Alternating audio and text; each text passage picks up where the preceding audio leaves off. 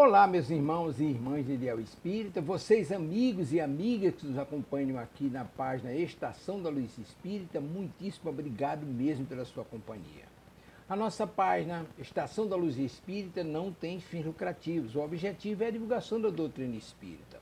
E é por isso que nós reunimos aqui esta sede de matérias espíritas para que possa atender às suas necessidades, estudo, lazer, pesquisa.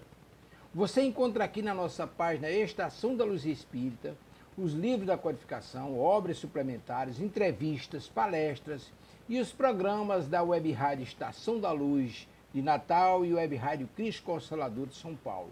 Ou seja, um acervo que atenda às suas necessidades, sem fins lucrativos. O objetivo é a divulgação da doutrina espírita. E agora eu convido você para nos acompanhar na reprodução de mais esse trabalho imperdível. Muito obrigado mesmo pela sua companhia e vamos juntos.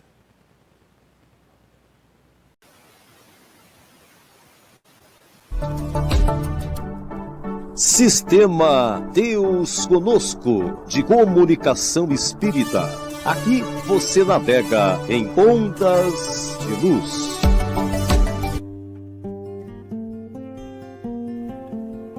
Caros amigos ouvintes e internautas, sejam todos bem-vindos. Dentro de instantes iniciaremos a nossa transmissão.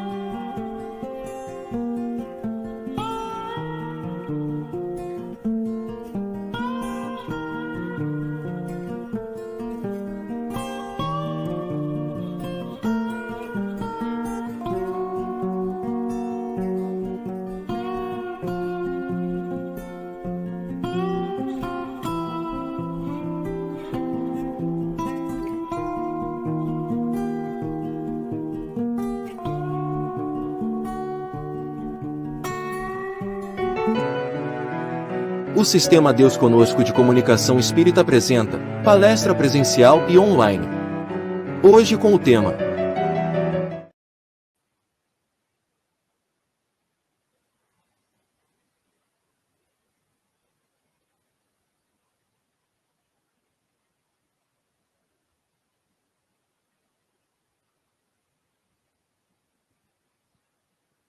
Sejam todos bem-vindos. Que Jesus nos abençoe e nos ilumine para que possamos colher da palestra desta noite os ensinamentos mais apropriados às nossas necessidades atuais, de compreensão da vida e do crescimento espiritual.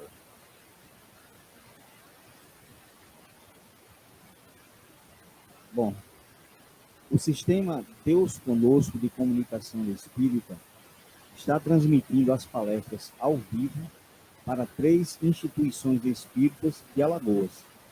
São elas: Centro Espírita João Batista, que fica em Teotônio Vilela; Lar Espírita Maria de Nazaré, em Bateguara; e a Fraternidade Espírita Recanto de Luz, em Piaçabuçu.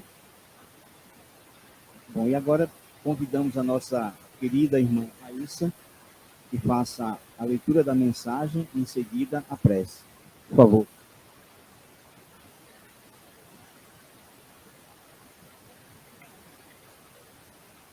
Coragem da fé.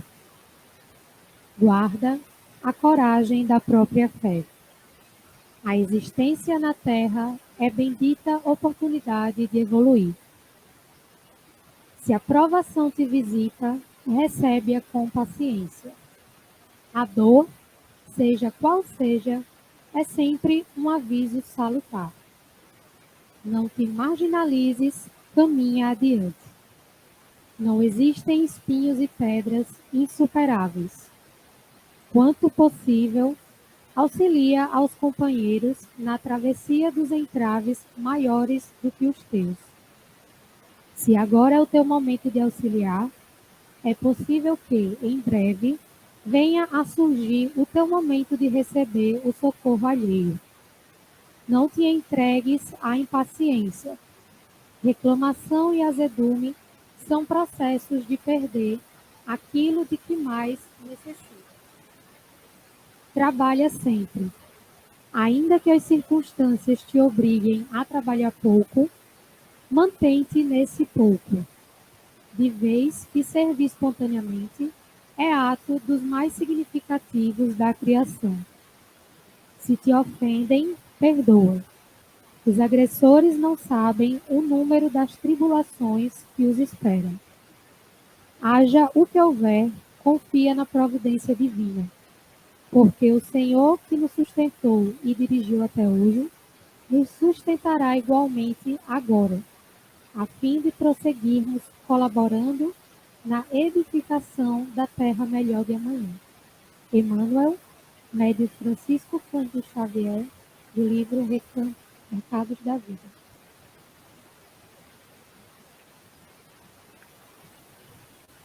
Vamos agradecer, primeiramente, a presença de todos nós que estamos aqui para receber um pouco mais de conhecimento, para crescermos enquanto pessoas, para levarmos a palavra, levarmos uma escuta muitas vezes, um acolhimento a quem tanto precisa. Principalmente hoje, no tema que a drogadição afeta tantos lares, tantas pessoas, que essas pessoas possam receber, sim, auxílio, escuta, e também todas as pessoas que estão no seu ciclo, amigos, familiares, colegas de trabalho, que também precisam muito desse suporte, desse maior e melhor entendimento sobre tudo o que acarreta esses lares e essas famílias. Que hoje seja uma noite muito abençoada a todos nós. Assim seja.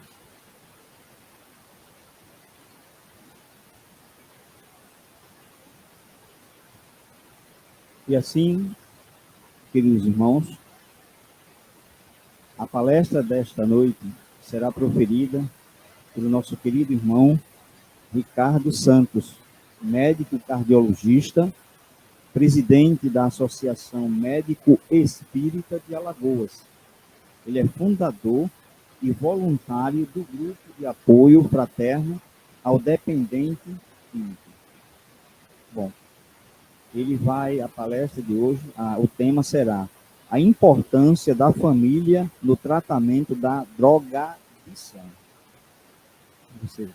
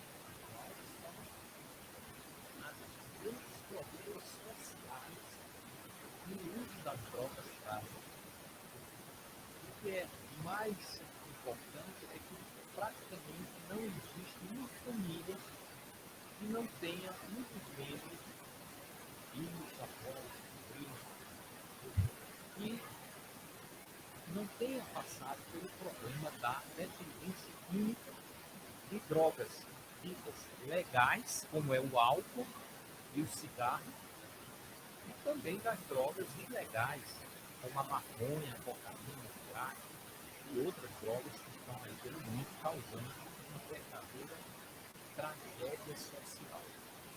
Não precisa nem ir para outros países. É só observar que no nosso Brasil a situação do tráfico, a situação da violência, a situação da destruição de lares, de problemas de homicídio, problemas policiais, Cracolândia.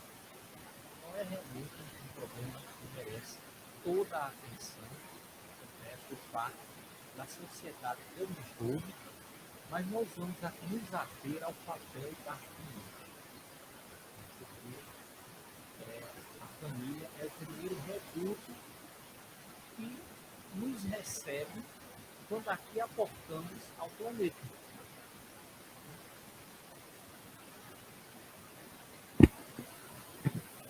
Desculpa, aqui um problema técnico. Vamos trocar aqui o microfone.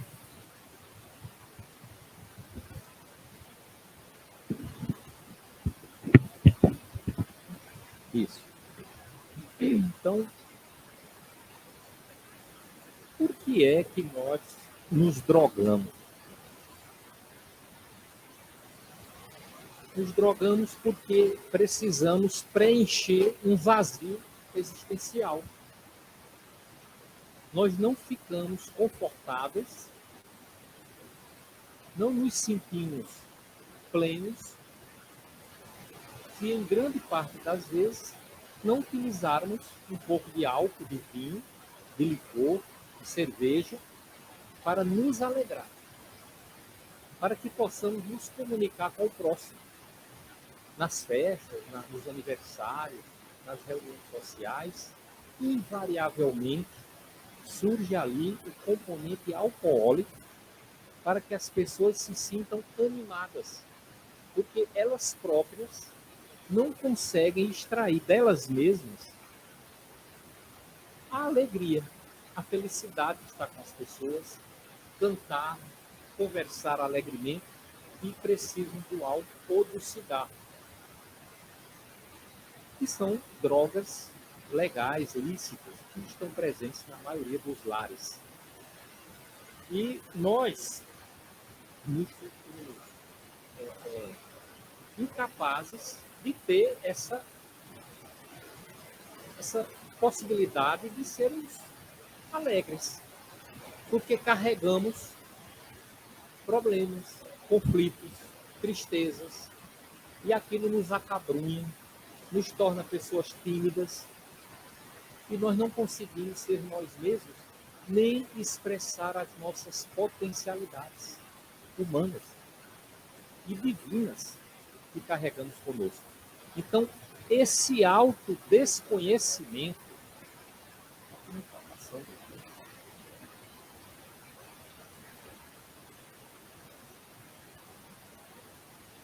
esse autodesconhecimento é a maior fonte de desequilíbrio. Que autodesconhecimento? Nós não sabemos o que é que somos. Não sabemos que somos um espírito eterno. Não sabemos de onde viemos, para onde vamos, o que é que estamos fazendo aqui na Terra e quais são os nossos poderes. Aqueles poderes aos quais Jesus se referiu: sois deuses, podereis fazer tudo o que eu fiz e muito mais. Nós desconhecemos e achamos que somos um corpo físico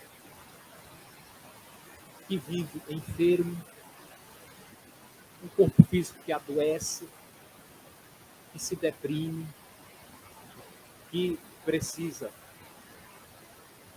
encontrar motivos para se alegrar, que sofreu decepções, que tem vários tipos de angústias. Então, o álcool, o cigarro, inicialmente, são substâncias químicas que causam euforia momentânea. Então, aquilo parece ser algo que nos traz felicidade. Só que quando a gente aprofunda o conhecimento em cima do uso de quaisquer drogas, nós vamos descobrir que todas fazem mal à saúde, ao sistema nervoso, ao sistema digestivo, ao sistema respiratório, à qualidade do sono, à vida mental e à vida social. Às vezes as pessoas bebem e se tornam infiéis ao seu cônjuge. Outras bebem, se tornam violentas e praticam atos de violência, de agressão aos familiares e às pessoas da rua, e às vezes até homicídios. Às vezes causam desastres na via pública, né? Utilizando os automóveis, porque elas se autodesconhecem. Então, desta forma, a gente precisa inicialmente responder a essas duas perguntas. O que é que eu sou? O que é que eu sou? E qual o real significado da família?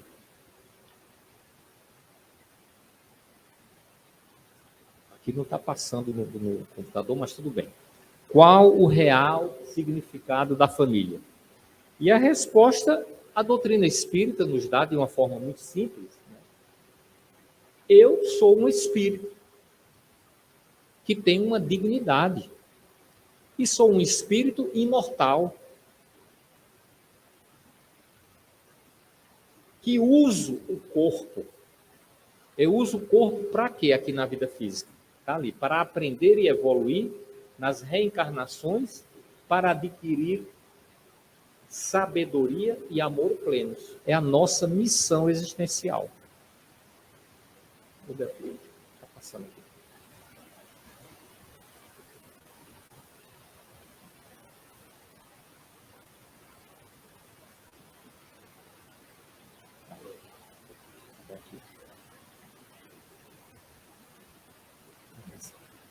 Então, nós precisamos nos autoconhecer, sabendo que somos espíritos, que estamos aqui transitoriamente usando um corpo para aprender, descobrir o amor, vivenciar o amor, para atingirmos a plenitude. Cada vida física nossa tem esse objetivo. O que é que eu faço com o meu corpo físico?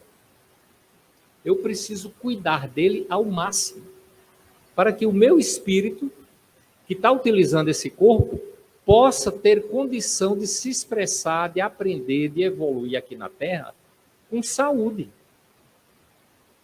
Se eu não cuido do corpo, eu estou dificultando a minha missão aqui na Terra. Então, se eu uso álcool, se eu uso cigarro, jogo para dentro do corpo, intoxicando o corpo, destruindo as células, os neurônios, afetando o coração, a circulação, o pulmão, eu estou me suicidando. É suicídio.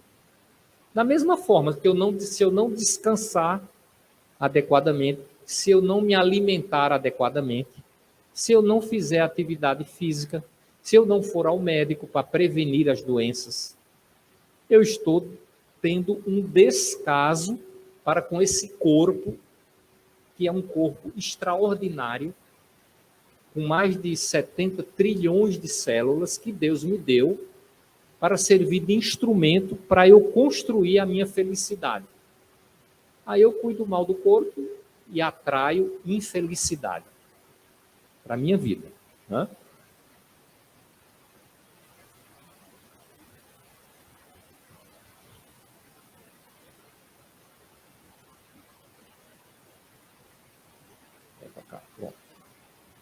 E o que é a família? O que é a família? É um grupo de espíritos que combinaram no plano espiritual, se reuniram com os mentores espirituais, combinaram reencarnar juntos para se ajudarem mutuamente. Isso é família. Cada um trazendo o seu problema e contando com o outro para ajudá-lo a resolver aquele problema. Aí a família encarna, os pais primeiro, que têm a maior responsabilidade, porque vão ser os educadores, depois os irmãos, e os outros agregados que vão chegando, né? Casa, o namorado, o noivo, casa, filho, neto, aí vai montando aquela família. É o grupo de espíritos que combinou no plano espiritual reencarnar juntos, para se ajudarem mutuamente. E a gente ainda tem uma dificuldade muito grande de se ajudar dentro da família. Invariavelmente só tem muita briga, né? Muita discussão, muita censura, muita crítica, muita condenação e pouca ajuda. Lembrando uma frase de Jesus: o maior no reino dos céus será aquele que for servo de todos. Mas a gente não quer servir. Exige que o outro nos sirva, ou que corresponda à nossa expectativa. Mas o problema é que a família é sagrada. Ela tem uma missão sagrada, porque ela recebe as criaturas de Deus, que Deus confia à família, para que sejam educadas e modificadas para melhor. Cada uma trazendo os seus problemas, as suas dificuldades de outras vidas. E também os seus vícios. Os seus vícios. Então, o espírito que reencarna sem a proteção da família tem o seu programa de vida suscetível de falência, por encontrar maiores dificuldades no desenvolvimento dos seus potenciais e no domínio das suas más tendências. Todos nós trazemos más tendências, inferioridades, que a gente vem trazendo de outras vidas. A gente reencarna com o esquecimento do passado, sob a tutela do pai e da mãe, invariavelmente, para sermos educados, disciplinados, orientados para que aquelas inferioridades desapareçam. Isso tem que acontecer até a adolescência, porque depois da adolescência, o espírito readquire o mesmo padrão que tinha nas vidas passadas, modificado ou não pelo processo educativo. Então a gente já está vendo aí a responsabilidade dos pais. A função educativa da família é de extrema importância. E o que é educar? É dar exemplo. Dar exemplo. É onde o espírito passa a infância, período de maior maleabilidade, mais facilmente impressionável, a aquisição de virtudes e a educação dos seus impulsos inadequados que ele já traz da outra vida. Quando a gente observa, eu tenho 5 filhos. Os 4 primeiros nasceram um atrás do outro. O mesmo pai, a mesma mãe, a mesma escola, a mesma orientação, o mesmo exemplo. Um era agressivo, outro era impaciente, outro desobediente, um outro tímido, um outro pacífico, um estudioso, um que não queria saber do estudo. Então, a gente observa que cada espírito é um mundo, né? Então, cabe aos pais a primeira responsabilidade. E depois a família como um todo se congregar no amparo, no apoio, no auxílio, para que todos se beneficiem da convivência familiar, que é a primeira escola do espírito. É o local onde a gente se educa moralmente. A escola lá fora dá instrução. E o mundo, normalmente, leva tudo à perdição. Se aquele jovem, aquela criança não foi adequadamente orientada e leva padrões de aprendizagem para enfrentar as armadilhas, as ameaças, as induções que o mundo vai oferecer, principalmente no campo das drogas. Qual é o freio que vai ter se hoje não tem mais nenhum tipo de freio? Se a droga é livre? Se as autoridades não estão dando mais uma grande importância ao combate? Vai ser a educação que aquele jovem teve na família, né? Sem dúvida nenhuma. Quando atinge a maioridade, aquilo que eu falei, o espírito readquire a mesma condição moral, com os vícios que ele tinha na vida passada. Aquilo vem à tona. E a gente nota essa mudança na adolescência dos jovens, tanto das mulheres quanto dos homens. Muda o comportamento, muda a sensibilidade, a agressividade, a impaciência. Tudo é cheio de conceitos, cheio de opiniões, não aceita, às vezes, orientação. Isso é normal. É normal. Então, se ele foi adequadamente orientado, recebeu um bom exemplo, uma boa disciplina, se foram colocados limites nessas crianças, nesses jovens, antes da adolescência, eles se modificarão e passarão a adotar o padrão dos pais. Porque, naturalmente, os filhos começam a imitar o comportamento e as atitudes dos pais. Então, é preciso que essa orientação seja sadia. E nós precisamos também saber o que é uma educação sadia. É aquela que atende às necessidades integrais da criança, do jovem, do ser humano. Educação física, educação psíquica, educação social e, principalmente, educação espiritual. Por quê? Porque a educação espiritual é a base da estrutura do ser humano.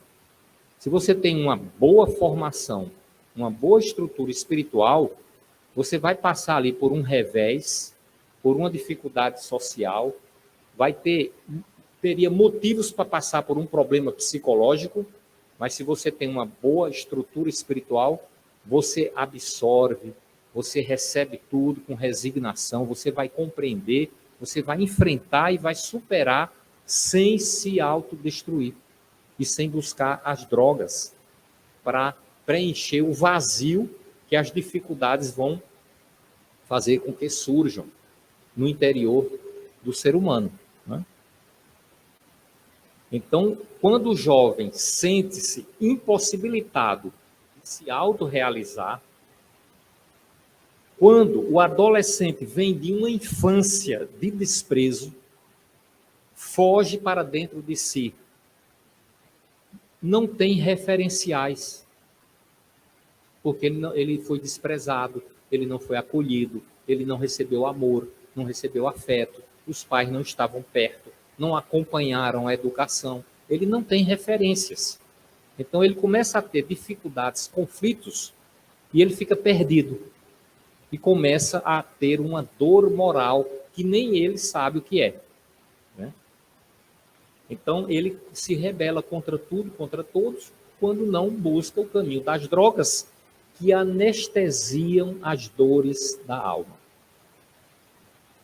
Facilmente sofre influências de amigos, de grupos, de ambientes inadequados, aonde ele vai procurar um local para conversar, para trocar ideias, e vai encontrar o quê? A indução para o uso das drogas.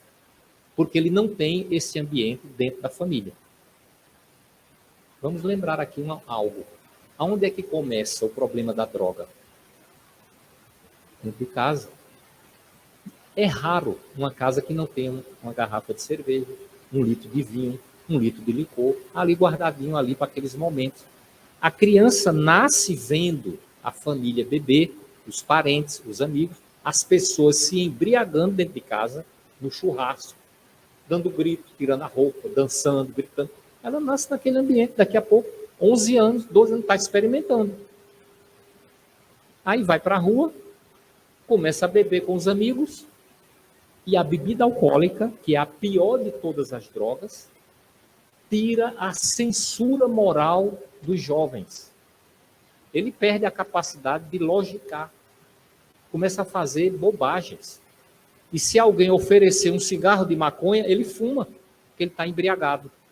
Se oferecer um pó de cocaína, ele vai e experimenta. E onde é que vai acontecer isso? Nas festas, nas escolas, nas baladas, em todos os lugares onde tem aglomerado de jovens sem nenhum controle, sem nenhuma vigilância e sem nenhuma educação. É aí que começa. Depois vem a tragédia. E o que é pior, quando o jovem se torna dependente químico de qualquer droga, já se passaram 4 anos que ele está dependente, antes que a família notasse que ele estava dependente. Isso é o que as estatísticas demonstram. Por quê? É um descaso, beber um pouquinho, não tem problema não, é coisa da juventude, é alegria, foi uma festa e tal. E há esse descaso, né? Infelizmente. Mas é a bebida alcoólica que causa as maiores tragédias em todo o mundo. Nos estádios de futebol, nas brigas de torcidas, no trânsito, dentro da família, a infidelidade, a violência, o homicídio, tudo começa com o álcool. E é com o álcool que começa o uso de outras drogas, principalmente a maconha e a cocaína. Depois o crack, porque as drogas são caras e as pessoas começam a ter a dependência química. Dependência significa que a pessoa está sob o domínio, não controla mais, virou uma doença. Só vai tratar se for internado. Por isso que é algo que precisamos nos preocupar, né? Então, o que é o codependente? Codependente é a família que descobriu que tem um dependente dentro da família, que usa álcool, que se embriaga, que não consegue mais parar de beber, que fuma direto sem parar, não consegue mais parar de fumar, e que usa outras drogas, que se envolveu com traficante. Então, descobriu isso. Em média, passaram-se 4 anos para a família descobrir, em média. Aquele dependente começa a causar problemas na família, apreensão, a família entra em dificuldade e adoece. A família adoece junto com a presença do dependente químico. E a família doente se chama codependente. Então, o que é o codependente? É o membro da família que sofre com a existência do dependente dentro da família. E passa a encarar aquele problema, querendo resolver, e às vezes se envolve tanto com aquele problema que se esquece dela própria, né, em relação ao dependente, e começa a desenvolver um padrão doentio de comportamento. Raiva, culpa, remorso, agressividade, censura, condenação, agressividade, e a vida familiar vira um inferno, junto com a dependência química, e o dependente que precisa de dinheiro para comprar a droga começa a roubar as coisas em casa, a levar os utensílios, a criar problemas, a criar dívidas do lado de fora da casa. Aquilo começa a virar um escândalo, a família começa a ficar com vergonha dos vizinhos, dos amigos, tenta esconder aquele problema. Isso é a doença da codependência. Então, quando tem uma pessoa dependente químico na família, o tratamento tem que ser primeiro da família, depois do dependente, ou os dois juntos. Por isso que nós temos o nosso grupo de apoio fraterno ao dependente e à sua família, que funciona lá no Lar São Domingos, toda quarta-feira, às 19h30 até às 21 horas, toda semana, nós reunimos as pessoas que desejam se tratar ou aprender como lidar e como resolver e como encaminhar a solução dos problemas de dependência química. Então, é um programa online e a gente depois vai deixar o telefone aí com vocês. O grupo pode entrar no Instagram ou na internet, Apoio Fraterno de Alagoas, que lá tem todas as orientações, né? Então, a grande pergunta que o codependente faz, principalmente o pai e a mãe, é: onde foi que eu errei? Onde foi que eu errei, meu Deus? Essa é a pergunta.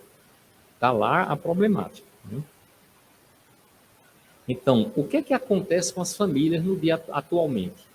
Pai e a mãe estão trabalhando, geralmente estão fora de casa. Os filhos novinhos, pré-adolescentes, Ou estão na escola, ou estão na internet. Ou estão sozinhos, ou estão entregues a babás, ou a pessoas que cuidam.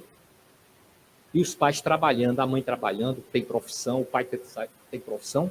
O fato é que, nos Estados Unidos, os pais só conversam com os filhos adolescentes, cerca de 3 a 4 minutos por semana. Não conversa. Não conversa. Conversar no sentido de saber como é que você está se sentindo, o que é que você fez hoje, como é que está a escola, como é que está isso, os amigos, tem algum problema? É só assim, faça isso, faça aquilo, oi, tudo bem, não sei o quê. E outra coisa, todo mundo isolado, todo mundo com celular, cada um no seu quarto, trancado no seu mundo. Geralmente não almoçam juntos, não jantam juntos, não tomam café juntos, cada um faz o seu. O fato é que a percepção das necessidades materiais é mais evidente aos olhos dos pais. E por desejarmos a felicidade da nossa família, passamos cada vez mais tempo fora de casa, atrás de dinheiro. E quando chegamos em casa, estamos muito cansados para gastarmos tempo se comunicando, educando, orientando os nossos filhos. Dia após dia. Dia após dia. Né? E as coisas vão se agravando. Né? Aqui é o que acontece nas casas. O barzinho da casa parece que é o local mais sagrado. É um verdadeiro altar. Todo construído, maravilhoso, onde vão ficar as bebidas, os copos, a cerveja, o vinho. Quando a pessoa vai construir uma casa, tem que ter a adega, tem que ter o local, o barzinho, e é um dos locais que eles mais têm prazer em mostrar aos visitantes, aos amigos. E as crianças estão vendo aquilo. Estão vendo aquilo. Então, quando pais e mães bebem ou fumam perto de crianças, aproximam essas crianças das drogas. E é em casa onde elas começam a experimentar, às vezes escondido e às vezes até estimulados pelos pais, pelos parentes, pelos tios, pelos primos. Criança de 8 anos, 9 anos, experimenta aqui a cervejinha, toma aqui um pouquinho de vinho. Isso, eu já vi isso. Então, realmente é algo que é calamitoso, né? Então, os dependentes, aliás, os codependentes, os familiares, ignoram que estão fazendo, que fizeram esse tipo de indução, né, de mau exemplo. Quando eles chegam no apoio fraterno, a gente nota que eles começam a ficar com remorso, sentimento de culpa, por não terem tido os cuidados com a educação daquela criança necessários para prevenir aquele tipo de problema, né? Então, os dependentes, eles têm baixa estima, eles têm sentimento de culpa, raiva,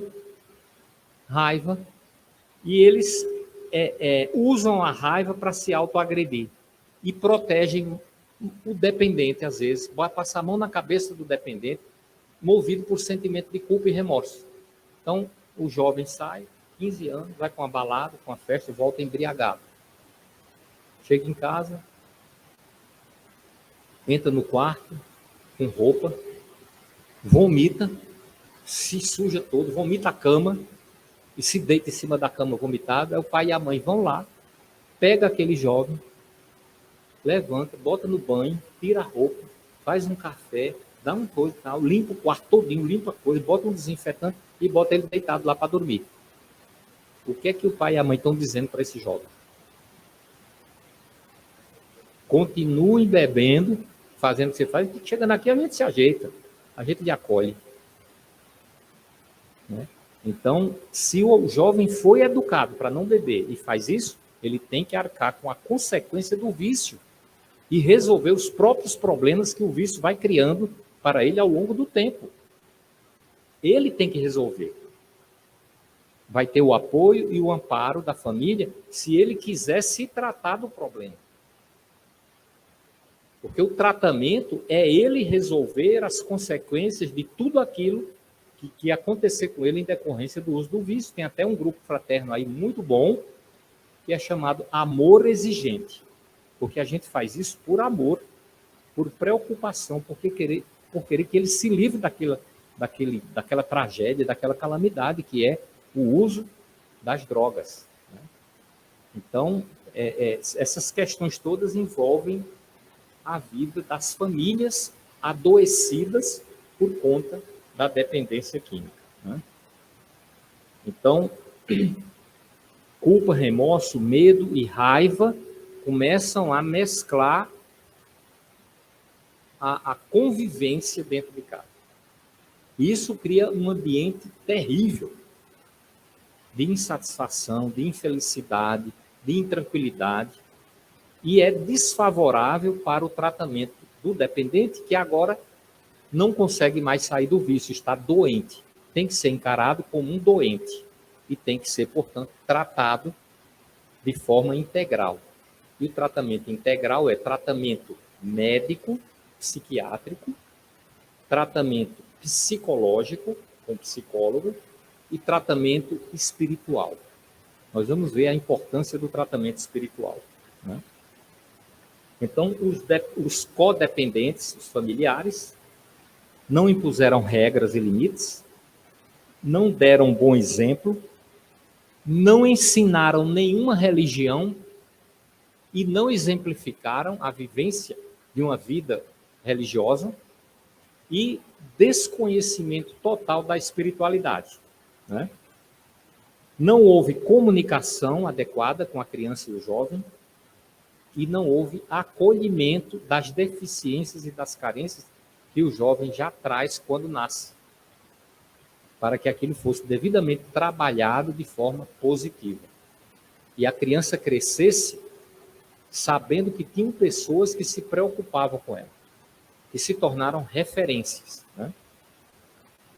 Então, culpa, remorso, começa a virar raiva, agressividade, chantagem, conivência, desespero, medo e desarmonia familiar. Aí o que é que acontece? O dependente químico começa a virar chantagista, começa a enganar os pais, dizer que está deixando, que não está fazendo. Na verdade, ele está buscando uma trégua para poder ampliar o uso das drogas e continuar com o vício. É a chantagem, que é a coisa mais comum no dependente químico. A chantagem e, quando ele está se tratando, a recaída. Então, são duas coisas que acontecem com muita frequência. Então, os familiares que permanecem doentes com o problema da droga, aceitam ser manipulados pelo dependente químico. O dependente químico tem desculpa para tudo. E consegue enganar, enrolar e continuar naquela mesma situação, e os familiares vão se acomodando àquilo. Então, os familiares normalmente cedem às chantagens, adotam um comportamento facilitador. Por exemplo, se é um jovem que não trabalha, que não tem nada, que recebe uma mesada, qual é a primeira conduta? Tirar a mesada. Qualquer acesso a dinheiro tem que ser tolhido.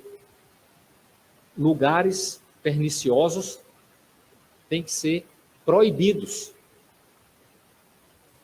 Só que essa atitude tem que ser antecipada pela transformação do codependente da família. Fazendo o quê? Tira tudo quanto é droga de dentro da casa. Não aceita mais nenhuma festa que tenha bebida alcoólica. Não aceita visita de amigos que venham para casa para beber. Isso é o familiar que está consciente e que quer o bem do dependente químico. Porque senão ela vai deixando. E o dependente vai mantendo os estímulos. Então, primeiro, a educação do codependente. Depois, a ação no dependente. Por isso que o tratamento é difícil. É preciso amor. É preciso amar muito. Renúncia.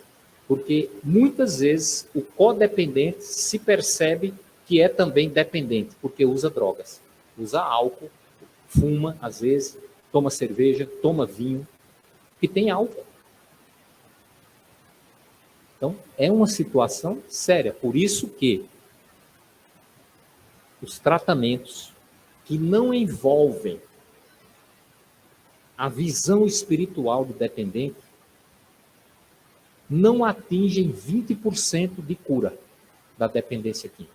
80% continua vinculado à droga. Então, o trabalho em cima da dimensão espiritual é um diferencial, que é o que o grupo de apoio fraterno nosso lá, e outros que tem no Brasil, colocam.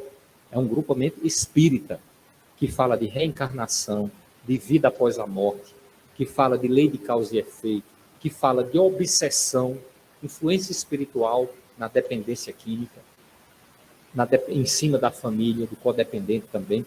Então, essas informações todas favorecem para que o dependente e o codependente se tratem rapidamente dos seus problemas, né?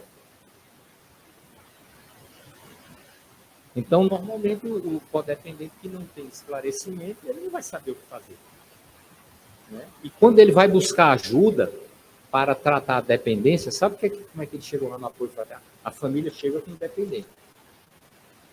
Chega, aí diz assim, olha, o doente é ele aí. Ele é o único aqui que precisa de tratamento. A família está enlouquecida. Está assim, totalmente destruída com a dependência dele. Então, nós trouxemos ele para ele se tratar. Aí, quando a gente começa a conversar, eles começam a descobrir as falhas, os equívocos, os maus exemplos. E o quanto concorreram para aquele jovem chegar àquele ponto onde ele está. Abandono, falta de acolhimento, desânimo, falta de diálogo, de comunicação, de acompanhamento escolar, de disciplina, de limites. Aí é quando eles entram nessa conscientização que o tratamento começa. Porque se eles não se modificam, vai ser muito difícil abordar o dependente químico, né? Então, quando houver uma suspeita dentro de casa de que alguém está dependente, observe os sintomas. Prepare-se para encarar o problema. Não descobrir nada, não afasta a suspeita. Redobre a vigilância. E quando encontrar algo, vá diretamente ao assunto. Escancare. Chame todo mundo para conversar, para discutir as providências. Porque é sério. É muito grave, né? Buscar auxílio de pessoas, tomar atitudes responsáveis, trabalhar nos fatores saneadores e eliminar os desencadeadores. E o principal fator desencadeador está dentro de casa. Postura, atitude, parar de fumar, parar de beber e tirar tudo quanto é droga de dentro de casa. Às vezes eu vejo lá no nosso grupo, dependente químico, a mãe e o pai estão lá, eu aprendi com você. E o codependente aprende a responder. É verdade. Eu sinto que foi isso mesmo, reconheço, mas a partir de hoje eu não uso mais droga. Tomei atitude porque eu estou conhecendo, sabendo agora. Não uso mais drogas e estou dizendo para você, não use mais, porque você vai ter o meu exemplo. Porque se você continuar tomando, agora o problema é seu, não é mais meu não. Porque eu estou tomando uma atitude firme. Então a firmeza de atitude é fundamental. Quando você tem um dependente, você é orientado a uma conduta e falar para ele, olha, nós a partir de hoje vamos tomar essa conduta assim, assim, assim, para lhe ajudar no seu tratamento, na sua recuperação. Essa afirmativa tem que ser cumprida. Porque senão você está diante de um chantagista que vai lhe enganar, vai continuar lhe enganando ao longo do tempo. Por isso que o codependente tem que aprender o que fazer, como planejar o tratamento, para que encontre realmente essa solução que todos esperam, né? Então não adianta ofender o garoto ou o jovem, porque ele está enfermo, é um doente. Jamais deixar de amar a pessoa, mas sempre odiar, no bom sentido, a droga. E falar isso para ele. e demonstrar que ama, que está ali, que está de prontidão, que está pronto para orientar, para amparar, para acompanhar. E o pai e a mãe e os familiares que têm essa consciência acompanham o tratamento no psicólogo, no médico, na internação. Tem pais que se internam juntos dos filhos. Qualquer local que for sair, vai junto, enquanto está naquela fase aguda do tratamento. Então, é isso que é demonstrar amor por aquele ente querido. É fazer de tudo o que é correto, o que é adequado para fazer esse tratamento. Nunca ofender, nunca agredir, né? Mas disciplinar e impor limites, principalmente no início do tratamento, né? Tomar atitudes firmes, colocar regras, aprender a dizer não, demonstrar amor e participar do tratamento, que eu acabei de falar. Ter autoridade para encaminhar o filho ao tratamento, porque eu não vou não, você vai. Leva para o psicólogo, leva para o psiquiatra, leva para a internação, o teu filho é dependente seu, não é só dependente da droga, é seu, você é responsável por ele, ele não é autossuficiente para se manter. Se ele for autossuficiente, aí o tratamento é outra conotação. Se ele tiver dinheiro, emprego, aí impõe-se as regras, os limites. Se ele continuar, você vai sair de casa. Você vai cuidar da sua vida. É assim que o amor exigente faz. E vai assumir todas as consequências do uso da droga, mas não aqui em casa. Se você quiser ficar aqui em casa, vai se submeter às nossas orientações. E nós lhe cuidaremos de você, ampararemos, faremos de tudo para você ser saudável e feliz, mas de acordo com as nossas regras. Fazer o contrário é fazer o mal, que nós iremos responder a Deus pela atitude negligente e pelo descaso, né, com aquele problema, né? Procurar ajuda especializada e preparar o restante da família para ajudar no tratamento, né? Não raramente as famílias desistem do tratamento. E as pessoas vão para as ruas, dependendo, usando crack, maconha. E ninguém sabe como é que conseguem dinheiro para isso. E é uma verdadeira tragédia, né?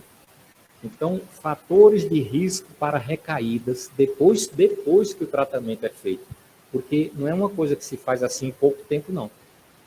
São anos de tratamento, né? Fatores de risco. Os mesmos comportamentos da família, dentro de casa, bebida, fumar, cigarro, agressividade, palavrão, deixar de se comunicar, de trocar ideias, de ter momentos de confraternização, né? Frequentar os mesmos lugares nocivos, os mesmos amigos, conflitos familiares, convites para festas, oferta de droga, acesso a dinheiro, relaxamento do tratamento e da vigilância. Não pode relaxar mais, porque a dependência química não tem cura na encarnação presente. Se você ficar totalmente livre das drogas, você continua dependente químico. Se você vacilar, você retorna. Significa que a doença está lá dentro. Ela foi tratada, inibida, mas ela está lá. Ela não tem cura na encarnação presente. Você pode se livrar das drogas, deixar de ter a vontade, mas se tiver fatores desencadeantes muito sérios, você poderá, em alto grau de percentualidade, retornar ao uso das drogas. Então, a vigilância tem que ser a vida toda, né? Então, o que é o dependente químico? É um ser humano capaz de entender a sua dependência, se ele for adequadamente, amorosamente abordado. Pode, a qualquer momento, valorizar a sua história e o significado da vida. Precisa de amor e profissionalismo. É um ser humano sozinho, fisicamente separado dos outros, emocionalmente fechado, socialmente marginalizado, que, porém, não, vítima de preconceito, né? Não perdeu, porém, a capacidade de fazer amizades e ter amor. É uma pessoa capaz de renascer, reprojetar a própria vida relações familiares e social. Prioridade, iniciar noções e práticas de espiritualidade na família e para o dependente, atuando na dimensão espiritual. Isso não é dogmatismo, não é pieguismo religioso. É princípio científico de sanidade, porque está provado cientificamente que a família estruturada, que tem uma religiosidade,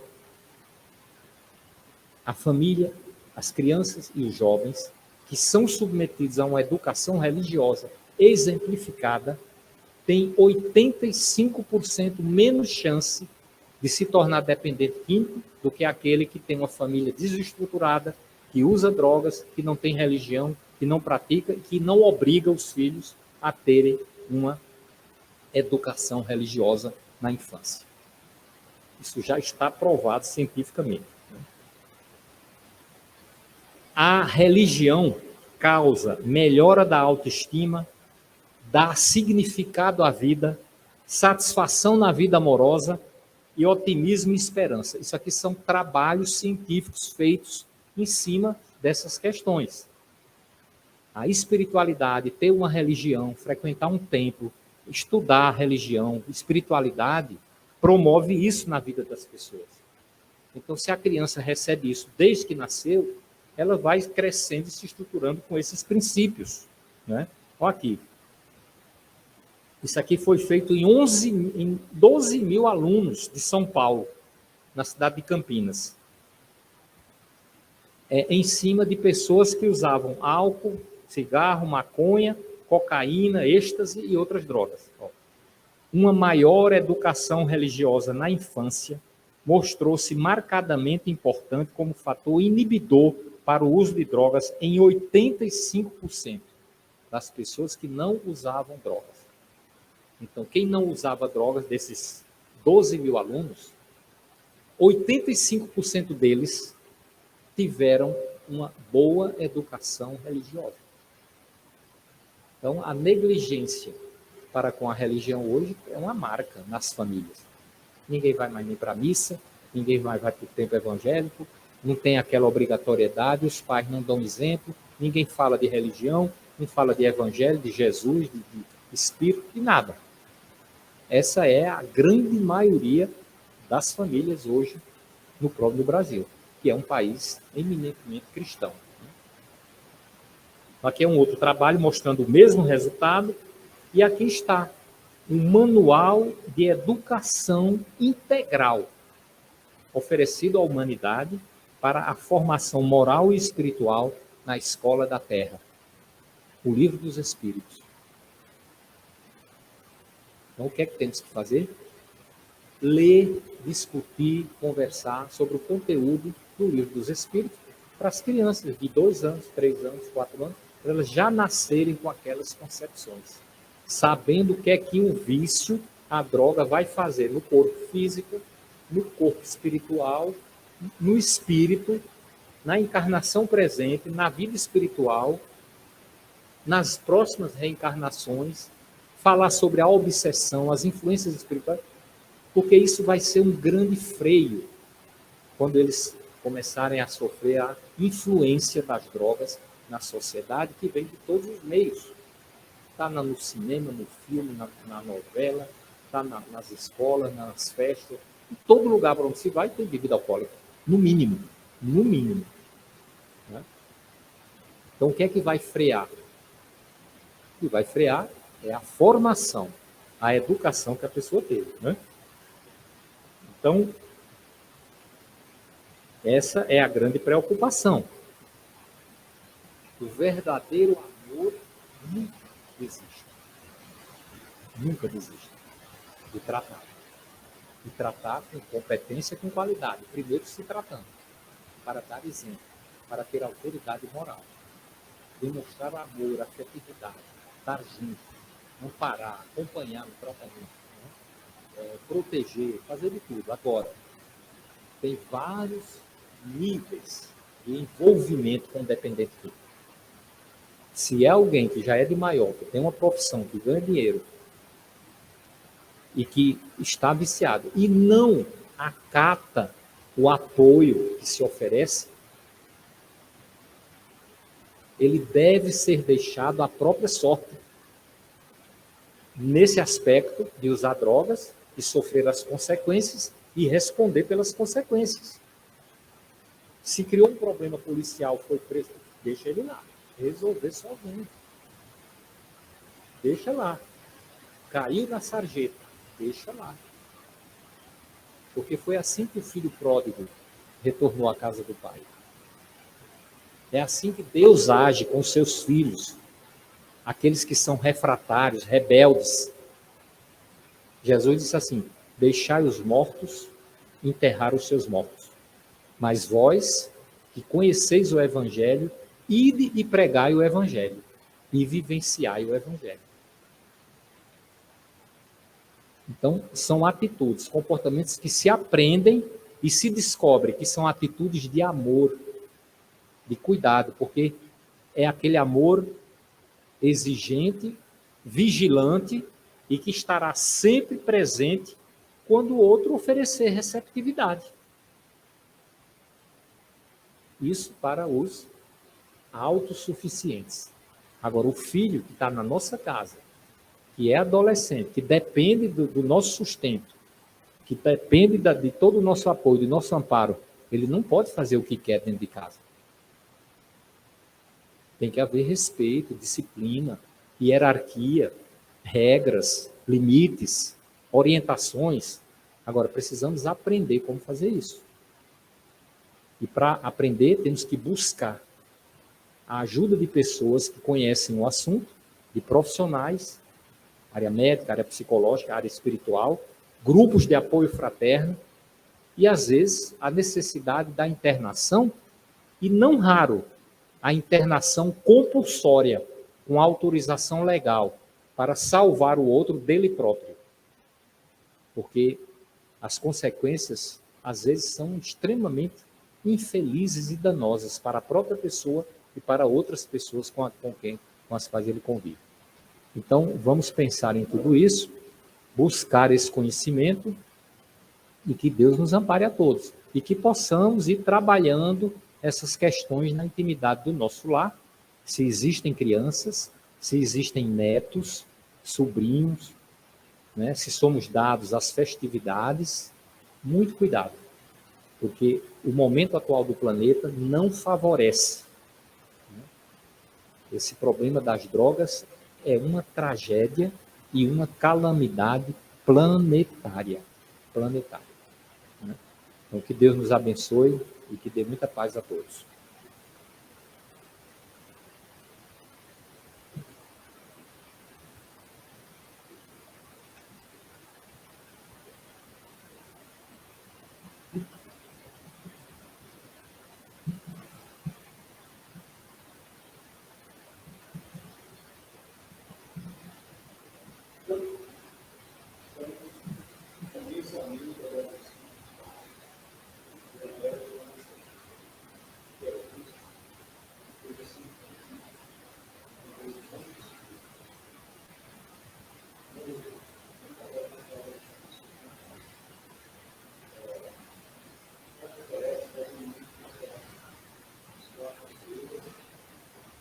Quinto Fórum de Comunicação Espírita no Terceiro Milênio.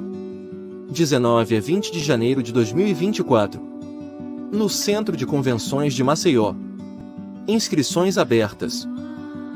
Tema central: a Boa Nova na Transição Planetária. Conferencistas confirmados: Gilvon Barros, com o tema Ante as Aflições, o que fazer? Marluce Ferreira, com o tema As Advertências do Cristo, os tempos chegaram. Paulo César Frutuoso, com os temas 1. Fenômeno de teletransporte e materialização de espíritos. 2. A medicina mediúnica do futuro. Ricardo Santos, com o tema O Evangelho no Coração do Homem.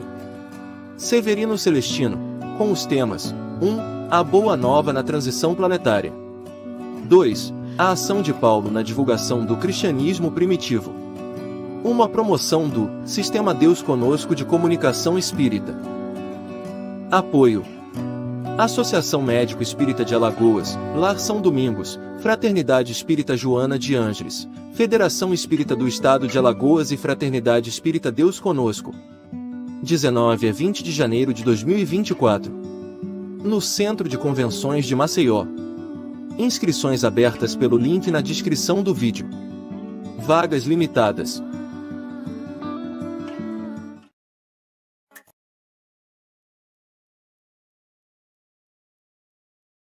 Você gostou do conteúdo que produzimos?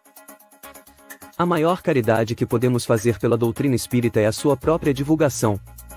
Gostaria de participar? Então venha, se junte ao grupo de amigos do Sistema Deus Conosco de Comunicação Espírita. 7 anos divulgando a doutrina espírita, sob a luz do Evangelho de Jesus.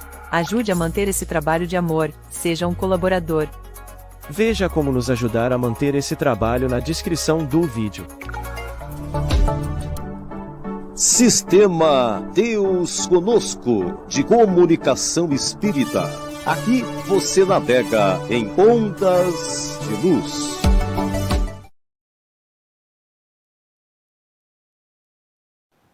Chegamos ao final da nossa atividade. Muitíssimo obrigado mesmo pela sua companhia e espero você no próximo evento.